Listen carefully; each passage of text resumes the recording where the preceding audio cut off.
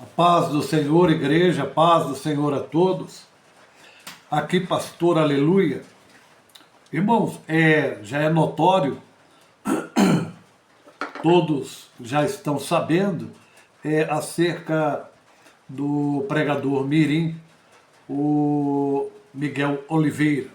É que está sendo noticiado aí nas redes sociais que ele foi proibido de pregar, de ministrar a palavra nas igrejas e até foi proibido aí as suas redes sociais.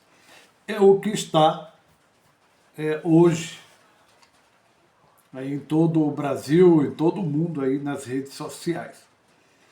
Mas isso é questionável. Eu vou falar um pouquinho do Conselho Tutelar, porque eu entendo um pouquinho de direito. Tenho bacharelado em Direito, tenho 3 pós-graduação em Direito, processo penal, processo civil e também processo trabalhista. Então, como professor, vou falar agora acerca do direito e de algumas competências aí do Conselho Tutelar. O Conselho Tutelar, ele está ali tipificado, né, vamos dizer assim, no ECA, que é o Estatuto da Criança e do Adolescente, mais precisamente no artigo 131 da Lei número 8.069. Então, o artigo 31 do ECA diz: o Conselho Tutelar é órgão permanente e autônomo. O Conselho Tutelar é órgão permanente e autônomo, não jurisdicional, encarregado pela sociedade de zelar pelo cumprimento dos direitos da criança e do adolescente definidos no ECA. Essa palavra zelar ali é zelar, fiscalizar, fazer com que seja cumprido todo o estatuto, não é, da criança e do adolescente. Então, o artigo 131 é o que vem definir aí o Conselho Tutelar. Mas o que é o Conselho Tutelar? O Conselho Tutelar ele é composto, né, por 5 membros. Esses membros são escolhidos pela população local em eleições, que ocorrem a cada 4 anos.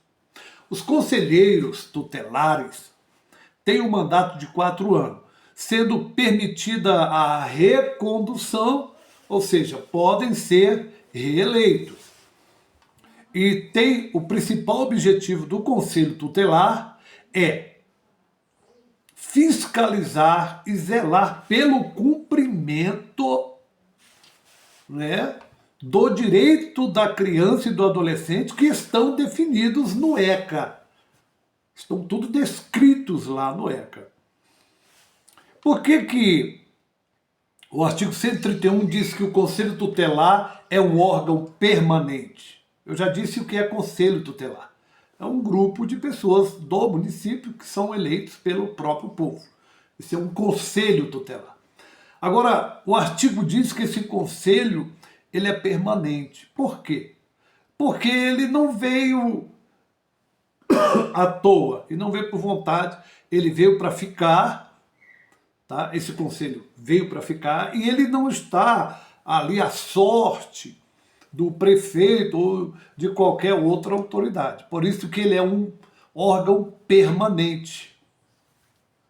O artigo também diz que ele é um órgão autônomo. E por que é autônomo? Porque ele decide como vai atender às suas atribuições, quais ações irá realizar, quais medidas aplicar e quando aplicar. Por isso que o artigo 131 do ECA diz que o Conselho Tutelar é um órgão autônomo, porque ele tem o poder de autodecisão e de aplicação da forma como ele vai aplicar aí as suas leis, não é? Vamos dizer assim. O artigo 131 ele é muito ainda conciso, precisando de mais abertura, de amplitude para se entender. Mas há muitos estudos sobre conselho tutelar. Bem, quando ele diz que ele é autônomo, é porque ele também não está subordinado, né? Não está subordinado aos poderes municipais.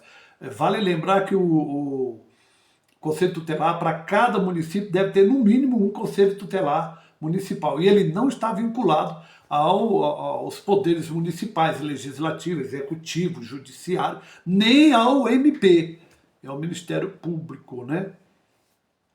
Isso é o que diz a resolução, o artigo 5º da resolução 75 de 2001 do CONADA.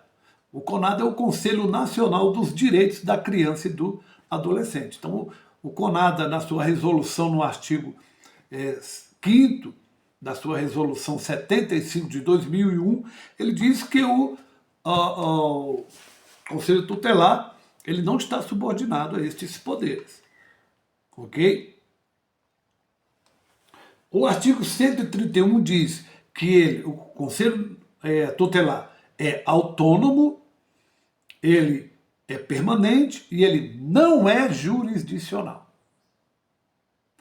Por que não é jurisdicional? Porque ele não pertence ao poder judiciário, como já foi dito.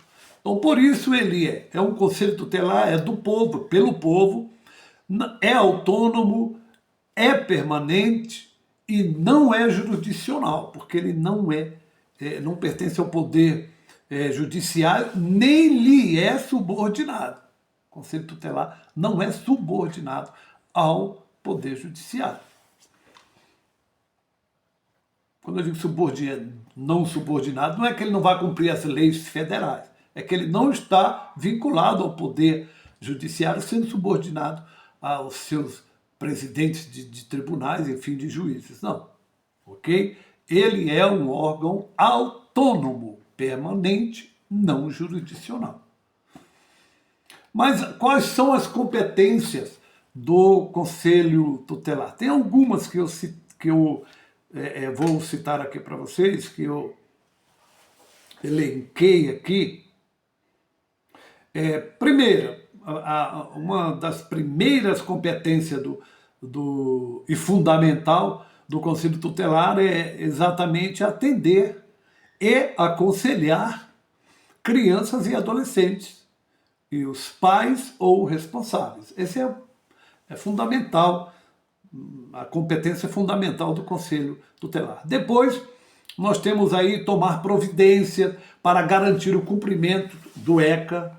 O Conselho Tutelar deve tomar providências para que se cumpra o ECA na vida da criança e do adolescente. É competência do Conselho Tutelar promover a execução das suas decisões, aquilo que eles decidirem, eles vão promover, se for possível, vão buscar, né, aí apoio policial, judicial, para promover que as suas decisões sejam executadas. Quarto ponto aqui que eu quero deixar é que é competência também do Conselho Tutelar expedir notificações. Eles expedem notificações, manda para a família, enfim, para os responsáveis ali da criança e do adolescente. Outra competência do Conselho Tutelar é requisitar documentos, é competência, eles podem requisitar documentos. Também é competência do Conselho Tutelar assessorar o Poder Judiciário em casos, né, que requerem ali o assessoramento do Conselho Tutelar. Também é competência do Conselho Tutelar promover a execução de suas decisões. Ele vai criar todos os meios para que seja executadas as suas decisões. Aplicar medidas de proteção à criança e ao adolescente, no caso até acolhimento da criança em caso de violências. Então o Conselho Tutelar pode aplicar aí medida de proteção, o acolhimento dessa criança em algum abrigo e tal. Ele não pode tomar a criança de pai e mãe. Isso é só o Poder Judiciário que faz isso. Nenhum conselho tutelar tem poder de tirar, né, a guarda do pai e da mãe. Isso é requisitado ao Judiciário. Só um juiz poderá fazê-lo. É também competência do Conselho Tutelar encaminhar casos à Justiça e ao MP, principalmente num caso de ter de tirar a guarda de uma criança. Então é competência deles de encaminharem os casos à Justiça. Também é competência do Conselho Tutelar a fiscalização, fiscalizar entidades de atendimento do menor ao menor. Ok? Essas são algumas, e as mais fundamentais, basilares, aí, competências do Conselho Tutelar. Agora, com respeito à questão aí do Miguel Oliveira, não é competência de nenhum poder constituído proibir. Não é competência de nenhum poder constituído proibir, seja um adulto ou um jovem adolescente que tem a concessão dos próprios pais. Não é competência de nenhum poder constituído proibir um jovem de exercer sua fé segundo o seu rito e filosofia de crença. E isso nós temos embasamento no artigo 5º da Constituição.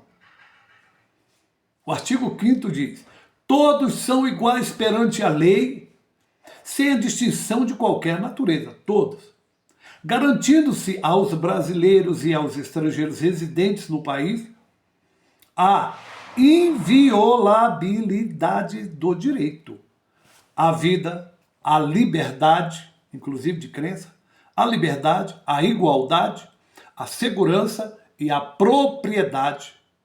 E aí, o artigo 5º elenca vários incisos, inclusive o inciso 6º, que vai dizer: é inviolável a liberdade de consciência e de crença. É inviolável a liberdade de consciência e de crença. Cada um crê e tem a sua própria filosofia, do seu rito, da sua fé, da sua crença, da sua religião. E isto é inviolável, sendo assegurado o livre exercício dos cultos religiosos. Ainda tem que ser assegurado a este ou aquele o livre exercício de cultos religiosos e, ademais, a garantia, tem que ter garantido isso. Garantido a segurança, aqui ó, garantido na livre exercício dos cultos religiosos e garantida na forma da lei, claro, a proteção aos locais de cultos e às suas liturgias. Até o local do culto deve ser protegido, conforme a lei.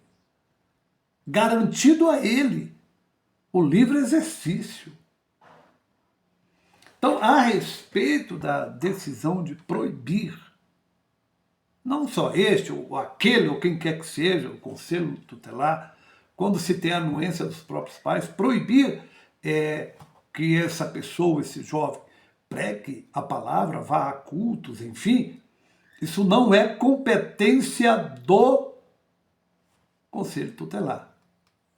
E, a respeito disso, é sabido que, a respeito das decisões, seja judiciais ou mesmo do Conselho Tutelar, no caso do Conselho Tutelar, caso este Conselho aplique uma medida que não seja de consenso com a própria família, que a própria família não aceite, a família do menor pode recorrer ao Poder Judiciário para questionar a decisão. Toda decisão pode ser questionada.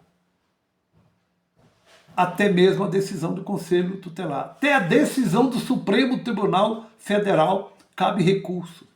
A decisão do STJ, Superior Tribunal de Justiça, cabe recurso.